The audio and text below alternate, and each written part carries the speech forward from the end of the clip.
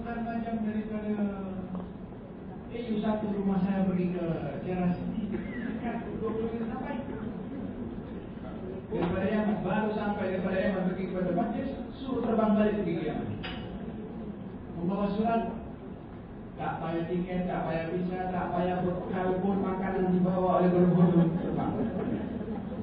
Tapi satu tugasan daripada Nabi Allah Sulaiman yang untuk mendatangkan manfaat kepada masyarakat sejagat, burung-burung pun terbang bawa surat daripada Nabi Sulaiman. Sampai di sana, campakkan surat itu, diambil oleh Ratu Balqis, dibaca, innahu min Sulaiman wa innahu bismillahirrahmanirrahim. Ratu Balqis panggil menteri-menterinya bincang dalam peringkat majelis tertinggi kerajaan Ratu Balqis pada waktu itu, burung hut di atas itu. Dengarkan apa Ratu Balqis cakap, apa bulan cakap, apa bulan cakap. Itu burung dengar. Selesai meeting, sampai kepada satu keputusan, yang keputusan itu nak menghantarkan hadiah dulu kepada Nabi Sulaiman. Nak tengok apa respon Nabi Sulaiman dengan hadiah yang akan dihantar oleh Ratu Balqis. Hantaran hadiahnya belum lagi sampai, burung hut terbang balik, pergi ke Sabah, pergi ke Baitul Maqdis. Baru sampai tadi daripada Yaman pergi ke Baitul Maqdis, daripada Baitul Maqdis terbang balik pergi ke Yaman, daripada Yaman patah balik pergi ke Baitul Maqdis. Tapi perjuangan itu tidak sia-sia. Suruh musuh balik, jumpa Nabi Sulaiman, beritahu kepada Nabi Sulaiman, mereka berbincang. Nabi Sulaiman, mereka nak rasuah aku kan? Mereka nak tunjuk hadiah kepada aku kan? Aku tunjukkan yang aku adanya lebih baik daripada apa mereka hadiah yang akan berikan kepada aku. Baru masalah siapa yang boleh memindahkan singgasan Ratu Balqis dan sebagainya kan? Iblis berkata, aku boleh datangkan sebelum kamu sempurna berdiri yang satu lagi orang yang berilmu lagi tadi. Iblis berkata, ana atika bihi qabla an taqum min maqamik wa inni ala dhalika laqawiyyun amin. Saya boleh datangkan singgasan Ratu Balqis sebelum kamu sempurna berdiri. Saya orang yang kuat, amin, terpercaya, sombong, takbur. Siapa? Iblis, jin. قال عفريت من الجن أنا آتيك به قبل أن تقوم من مقامك وإني على ذلك لقوي أمين. Saya boleh datangkan singgasan Ratu Balqis sebelum kamu sempurna berdiri, dan saya adalah orang yang kuat dan terpercaya. Sombong. Kalau rajul min ahli kitab, orang yang berilmu bercakap, akhlak orang berilmu. Ana atika bihi qabla an yartadda ilayka tarfuk. Aku boleh datangkan singgasan Ratu Balqis sebelum satu kedipan mata. Jadi sebelum dibuka ada silap mata lah, tapi ini bukan silap mata. Real nyata. Dalam marah mustaqran indahu, ketika Nabi Sulaiman nampak di hadapannya sebelum satu kedipan mata, itu orang berilmu, yang alim, yang punya ilmu, dia berkata, hada min fadli Rabbi. Ini anugerah Tuhan saya. Dia tak tunjuk, saya tengok ilmu saya. Dia tak tunjuk macam tu, macam ni, macam ni. Dia kata, hada min fadli Rabbi. Ini anugerah Tuhan saya. Ini adalah pemberian Tuhan saya. Ini adalah merupakan hadiah Tuhan saya. Orang yang berilmu itu tidak akan mengungkit-ungkit ilmunya kepada orang lain. Orang yang berilmu tidak akan mengatakan, saya banyak berjasa kepada kamu. Dan Allah tak akan jadikan kita sebagai tipu yang berjasa kalau kita tidak dikehendaki oleh Allah SWT. Allah tidak akan menjadikan ilmu kita bermanfaat kalau Allah tidak berkehendak, tidak akan bermanfaat. Tapi kalau ilmu yang kita ajar bermanfaat, itu Allah punya kuasa. Ilmu yang kita ajarkan mendatangkan kebaikan, itu Allah punya kuasa. Orang yang berilmu akan mengembalikan hasil daripada pengajarannya adalah Allah punya hidayah. Ada min fadli Rabbi, ini adalah anugerah Tuhan saya. Untuk memuji saya, bersyukur atas alhasil. Kan dia cerita, itu Ratu Balqis datang ke Baitul Maqdis yang pada akhirnya bukan hanya Ratu Balqis, satu negara masuk Islam. Amantu ma'a Sulaiman. saya beriman bersama dengan Nabi Sulaiman, kata Ratu Balqis, dan juga tenteranya termasuk juga Raja Yaman beriman kepada Nabi Sulaiman. Sebab apa? Burung hudhud. Apa yang dibuat burung hudhud? Burung hudhud tahu satu berita tentang adanya orang menyembah kepada selain Allah. Burung hudhud gunakan Nabi Sulaiman sebab hidayah, untuk menjadi sebab hidayah kepada satu negara. Allah kisahkan burung hudhud itu karena sebutkan tentang burung hudhudnya, tapi apa yang sudah dibuat oleh burung hudhud menjadi sebab hidayah kepada satu negara dikisahkan oleh Allah Subhanahu wa taala di dalam Al-Qur'an. Ini burung hudhud yang menjadi sebab hidayah, menjadi sebab kebaikan dan manfaat. Allah kisahkan. Lain sekali yang lebih kecil daripada burung hudhud. Semut. Pernah nampak semut? Dalam surat An-Naml juga, sampai suratnya pun dalam Quran diberi nama surat semut. Kita ini Allah muliakan dengan berbagai macam kemuliaan. Allah muliakan kita menjadi bentuk fisikal yang dimuliakan oleh Allah berbandingkan kepada makhluk-makhluk yang lain. Walaqad khalaqnal insana fi ahsani taqwim. Allah ciptakan manusia ini dengan bentuk yang terbaik berbandingkan kepada makhluk-makhluk yang lain. Allah memuliakan kita, walaqad karramna bani Adam. Allah memuliakan anak-anak Adam berbandingkan jin, berbandingkan kepada makhluk yang lain. Sebab khilafah di atas muka bumi ini diberikan oleh Allah kepada anak-anak Adam, termasuk saya dan semua yang hadir di sini. Khalifah bertanggung jawab kepada Allah Subhanahu wa taala. Allah memuliakan kita dengan akal pikiran. Allah memuliakan kita dalam bentuk yang indah seperti ini berbandingkan kepada makhluk-makhluk yang lain. Tapi jangan kita menjadi lebih hina daripada makhluk yang lain disebabkan oleh kerana kita tidak tahu menghargai pemberian yang Allah berikan kepada kita. Itu semut sekecil itu berkata kepada dia punya brother, semut-semut yang lain, ketika melihat Nabi Sulaiman berjalan dengan tenteranya, semut berkata, ya ayuhan namlu udkhulu masakinakum la yahtimannakum Sulaiman wa junuduhu la yash'urun. Wahai sekalian semut, masuklah kamu ke dalam lubang kamu masing-masing. Jangan sampai kamu dipijak-pijak oleh Nabi Sulaiman dan tenteranya sementara mereka tak sedar, pasal tak tahu, pasal terlalu kecil itu semut. Nabi Sulaiman dan tenteranya mungkin tak tahu kalau di bawah ada semut dipijak dengan kakinya. Kalau dengan kaki kudanya, yang mungkin akan menjadi mati. Semut bagi tahu kepada semut yang lain, mendatangkan manfaat kepada yang lain, menasehati. Semua akan bagi nasihatkan. Tugas guru salah satunya adalah nasihat. Ad-dinun nasihat, agama ini adalah nasihat.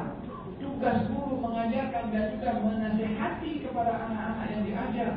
Semut saja menasehati sekali untuk menyelamatkan semut yang lain, dan semut itu tak lebih mulia daripada anak-anak Adam. Semut tak lebih agung daripada anak-anak Adam. Manusia jauh lebih berharga, lebih mulia. Tapi manusia akan lebih hina daripada semut kalau tidak dapat menasehati kepada orang lain, tidak mendatangkan manfaat untuk orang lain. Makanya di dalam ayat itu Allah kisahkan kisah semut yang menasehati kepada semut-semut yang lain, agar supaya manusia mengambil iktibar tentang kegunaan manusia yang beriman itu mesti mendapatkan manfaat untuk orang lain.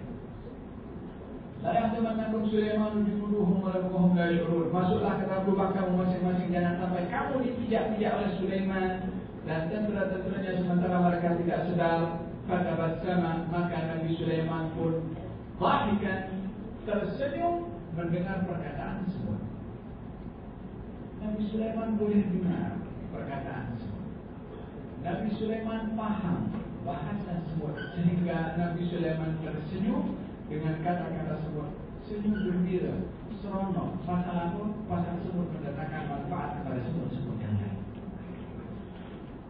Saya rasa ini 3 haiwan yang ada dalam Quran dikisahkan oleh Allah Subhanahu wa taala menjadi satu satu pemberi semangat motivasi yang begitu tinggi dan dalam untuk saya dan untuk semua yang hadir di sini, yang merupakan satu grup dalam kelompok perjuangan penyebaran ilmu dan menyebarkan manfaat untuk orang lain. Khairun nas anfa'uhum linnas. Orang yang paling baik antara manusia, tak kira jantina, tak kira usia, tak kira keturunan, tak kira negara. Yang paling baik anfa'uhum linnas, yang mendatangkan manfaat untuk orang lain. Manakah yang mulia antara A dengan B? Bukan karena A kemanusiaan, bukan karena A apa jawabannya, bukan karena A itu adalah berkulit apa, tapi yang paling baik antara A dengan B adalah orang yang paling baik mendatangkan manfaat untuk orang lain. Al-khalqu kulluhum iyalullah wa ahabbuhum ilallah anfa'uhum li'iyalih. Semua orang adalah perlu kepada bantuan Allah. Yang paling baik di sisi Allah adalah orang yang paling baik mendatangkan manfaat, memenuhi keperluan orang lain. Hadirin hadirat yang dirahmati oleh Allah Subhanahu wa taala, tugasan yang mulia ini jangan dinodai dengan hanya kepentingan dunia. Tugasan yang Anda boleh menyandang peringkat tugasan para anbiya, jangan dipandang remeh dengan menjadikan tugasan itu hanya untuk kepentingan duniawi sahaja. Tidak salah orang bekerja untuk mendapatkan gaji. Tidak salah seseorang bekerja untuk dia meraih satu jawatan. Tapi jangan sampai gaji dan jawatan merupakan matlamat dalam kerjaya yang lebih mulia. Darjatnya, nilainya berbandingkan kepada gaji yang kita nak dapatkan daripada kerjaya tersebut. Ingat, ilmu yang kita ajarkan, yang menanamkan kebaikan, yang Anda akan mendapatkan manfaat bukan hanya di dunia bahkan di barzakh. Jangan sampai dijatuhkan marwah dan kedudukannya dengan kita menjadikan matlamat daripada kerja itu hal-hal keduniaan. Baginda Rasulullah sallallahu alaihi wasallam bersabda, ketika melihat seseorang yang dia gagah perkasa dan kuat, sahabat mengatakan, "Ya Rasulullah, andai anak muda ini menggunakan kekuatannya untuk jihad di jalan Allah adalah lebih baik." Itu orang keluar nak kerja, nak cari nafkah. Kata sahabat, memperkecil tugasannya. Kalau ini anak muda yang guna untuk jihad, kan lebih baik dapat syahid di jalan Allah daripada dia dapat dunia saja. Nabi bukan minta. Nabi ingin mengajarkan kita supaya mempunyai wawasan yang luas. Kalau ibadah itu tidak hanya terhad kepada ibadah ritual atau yang nampak secara jelas ibadah itu adalah sebagai ibadah. Bukan hanya ibadah terhad kepada orang baca Quran. Bukan hanya ibadah orang itu salat walaupun itu adalah hakikat daripada ibadah. Ibadah bukan hanya kepada orang yang pergi ke haji ataupun mengeluarkan zakat. Ibadah bukan hanya terhad kepada orang jihad di jalan Allah Subhanahu wa taala walaupun itu ibadah. Tapi ibadah itu mempunyai makna yang luas. Ia tidak terhad kepada hanya ibadah ritual sahaja. Adalah salah bila mana seseorang memberikan definisi kepada ibadah hanya terhad kepada apa kita lakukan, zikir, baca Quran, salat, puasa, haji, bersedekah dan sebagainya. Itu adalah memang bahagian daripada ibadah. Tapi kerjaya juga adalah merupakan satu ibadah bila mana dimatlamatkan di dalam kerja itu adalah untuk hal-hal yang mendatangkan manfaat di sisi Allah Subhanahu wa taala. Baginda Rasulullah ketika ditanyakan oleh para sahabat tentang anak muda yang tadi keluar daripada rumahnya untuk bekerja, mencari nafkah, mereka mengatakan andai orang ini mempergunakan kekuatannya untuk jihad di jalan Allah Subhanahu wa taala. Baginda bersabda, pemuda ini kalau keluar daripada rumahnya mencari nafkah untuk memenuhi keperluan dirinya, untuk tidak bergantung memberatkan kepada orang lain, ini orang fi sabilillah. Kalau budak ini yang keluar untuk mencari nafkah, memenuhi keperluan ahli keluarganya, maka dia fi sabilillah. Kalau orang ini keluar daripada rumahnya untuk memenuhi keperluan daripada orang-orang yang wajib dinafkahi olehnya orang tuanya, maka adalah dia fisabilillah. Tapi kalau orang ini keluar hanya semata-mata untuk keduniaan sahaja, bahwa fisabilillah syaitan, maka dia di jalan syaitan.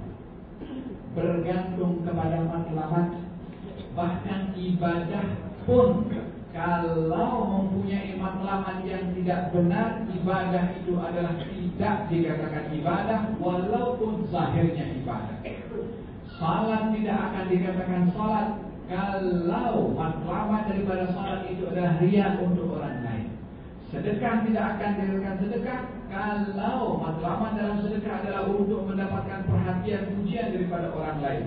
Bila mana ibadah yang dinampak jelas oleh mata tidak dikatakan ibadah di dalam syarak, bila mana matlamatnya bukan kerana Allah Subhanahu wa taala, apatah lagi yang memang zahirnya nampak saja, yang nampaknya tidak ada kaitan langsung dengan ibadah. Bila mana matlamatnya adalah selain daripada Allah, maka perbuatan itu tak ada nilainya di sisi Allah Subhanahu wa taala. Kita sebagai orang beriman diberikan untuk menimbang semua yang kita lakukan itu dengan neraca iman, agar supaya perbuatan yang kita lakukan itu adalah tidak tergelincir daripada tuntutan iman itu sendiri. Wabtaghi bima ataka Allah ad-daral akhirah. Tuntutlah daripada apa yang Allah beri kepada kamu untuk kamu dapatkan ganjaran di akhirat. Apa saja yang Allah beri? Sehat Allah bagi kepada kita. Tuntutlah ganjaran akhirat melalui kesehatan kita. Allah bagi kepada kita ahli keluarga, istri ataupun suami ataupun zuriat. Tuntutlah ganjaran akhirat dari Allah melalui hubungan kita dengan pasangan kita dan anak kita, karena itu adalah merupakan pemberian Allah kepada kita. Allah memberikan kepada kita kerja, gaji dan lain sebagainya. Tuntutlah ganjaran akhirat daripada kerja kita, karena kita berpeluang untuk mendapatkan ganjaran di akhirat bila mana kita menumpukan tumpuan di dalam kerja itu untuk mendapatkan ganjaran dari Allah Subhanahu wa taala. Hadirin hadirat yang dirahmati oleh Allah Subhanahu wa taala, kesimpulannya daripada apa yang disampaikan tadi adalah berkenaan dengan tugasan cikgu adalah tugasan yang teramat mulia. Yang kedua adalah tugasan cikgu menjadi sebab hubungan kita dengan alamul malakut, berhubungan dengan alam di atas daripada malaikat, berhubungan dengan alam yang ada di sekitar kita, jin dan juga haiwan, hubungan dengan yang berada di dalam sana, termasuk daripada haiwan yang berada di dalam lubang ataupun ikan yang berada di dalam lautan, yang berinteraksi dengan orang yang mengajarkan ilmu kebaikan yang mendatangkan manfaat untuk orang lain. Ilmu tidak mempunyai sempadan manfaatnya kepada orang yang berilmu atau orang yang mengajarkan ilmu. Manfaatnya bukan hanya habisnya silibus, bukan habisnya orang itu sudah selesai dan graduate daripada sekolah, tidak. Bahkan bukan habisnya umur guru yang mengajarkan itu, tetap berkesinambungan sampai guru yang mengajar berada di alam barzakh pun tetap akan mendapatkan hantaran ganjaran dari Allah bila mana mengajarkan kepada orang lain ilmu-ilmu yang bermanfaat untuk orang itu ataupun untuk orang ramai. Kita berdoa kepada Allah Subhanahu wa taala, moga-moga Allah Subhanahu wa taala menjadikan tugasan yang berat ini kepada kita, khususnya kepada cikgu-cikgu yang ada di sini, menjadi sebab Allah menurunkan bantuannya, menurunkan bimbingannya, menurunkan hidayahnya untuk meringankan beban yang berat ini kepada cikgu-cikgu yang hadir di sini dan cikgu-cikgu yang tidak hadir juga. Moga-moga Allah Subhanahu wa taala mengenalkan kepada kita semua akan tugasan itu, sehingga kita dapat memandang berat akan tugasan itu dan serius di dalam melakukan tugasan yang begitu mulia dan hebat. Ingat bahwasanya anak murid kita adalah hasil produk kita. Bergantung kepada kita cara mendidik kepada mereka. Daripada hasil pendidikan itu, anak itu akan menjadi sesuai dengan apa yang kita telah bentuk, dan kita bertanggung jawab kepada anak murid yang menjadi anak didik kita. Dan sebagai seorang cikgu adalah merupakan golongan orang yang menjadi sebab kepada berlakunya kebaikan di timur dan di barat, di udara dan juga di lautan. Menjadi sebab bila mana cikgu melakukan tugasnya sebagai makhluk yang mendatangkan manfaat kepada masyarakat sejagat. Kita berdoa kepada Allah Subhanahu wa taala, moga-moga Allah Subhanahu wa taala memberikan kepada kita semua taufik dan hidayah. Kepada penganjur, moga-moga Allah Subhanahu wa taala berikan ganjaran yang besar yang dengan sebab diadakannya majelis umpama ini oleh penganjur, mereka pun akan juga mendapatkan ganjaran yang besar daripada Allah Subhanahu wa taala karena menjadi sebab hidayah kepada kita semua. Dan moga-moga Allah Subhanahu wa taala panjangkan berkati umur kita untuk berkhidmat kepada Allah melalui bidang yang pelbagai di antara kita. Dan moga-moga Allah Subhanahu wa taala berikan kepada kita ilmu yang bermanfaat, jauhkan daripada ilmu yang tidak bermanfaat. Dan moga-moga Allah Subhanahu wa taala menjadikan kita sebab hidayah kepada anak murid kita, menjadikan kita adalah guru yang mengajarkan kebaikan kepada anak murid kita, menjadikan kita guru-guru yang sukses dalam membentuk karakter, perangai, hati, minda anak murid kita untuk menjadi seorang saleh yang mendatangkan kebaikan untuk orang ramai. Amin Allahumma amin. Amin Allahumma amin. Amin Allahumma amin. Hada billahi taufiq. Wassalamualaikum warahmatullahi wabarakatuh.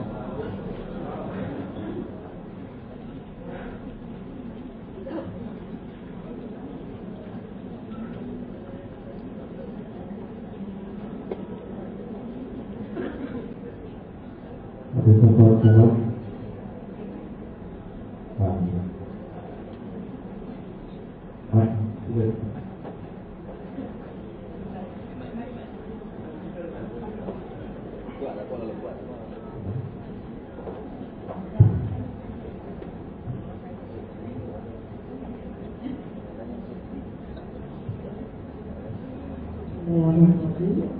Assalamualaikum warahmatullahi wabarakatuh.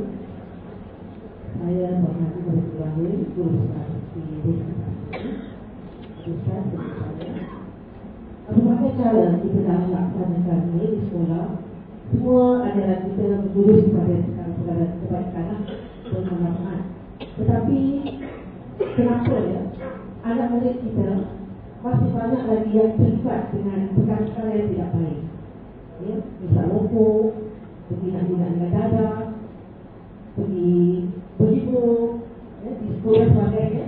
Kita tak tahu di mana silapnya dan kita taklah bisa berikan harapan. Manfaat bukan hanya di Malaysia, bahkan di banyak sekolah termasuk di negara luar. Dalam sistem pendidikan yang ada di dalam Islam, dia mengatur kepada dua perkara asas: pendidikan akal pikiran dan pendidikan kepada hati. Dua perkara ini disebutkan di dalam Al-Quran Al-Karim sebagai tugasan Nabi Muhammad SAW, yang satu daripada yang lain tak boleh terpisahkan antara pendidikan akal dengan berupa pengisian ilmu, pendidikan hati, tarbiyah dalam hati yang merupakan pensucian pada jiwa.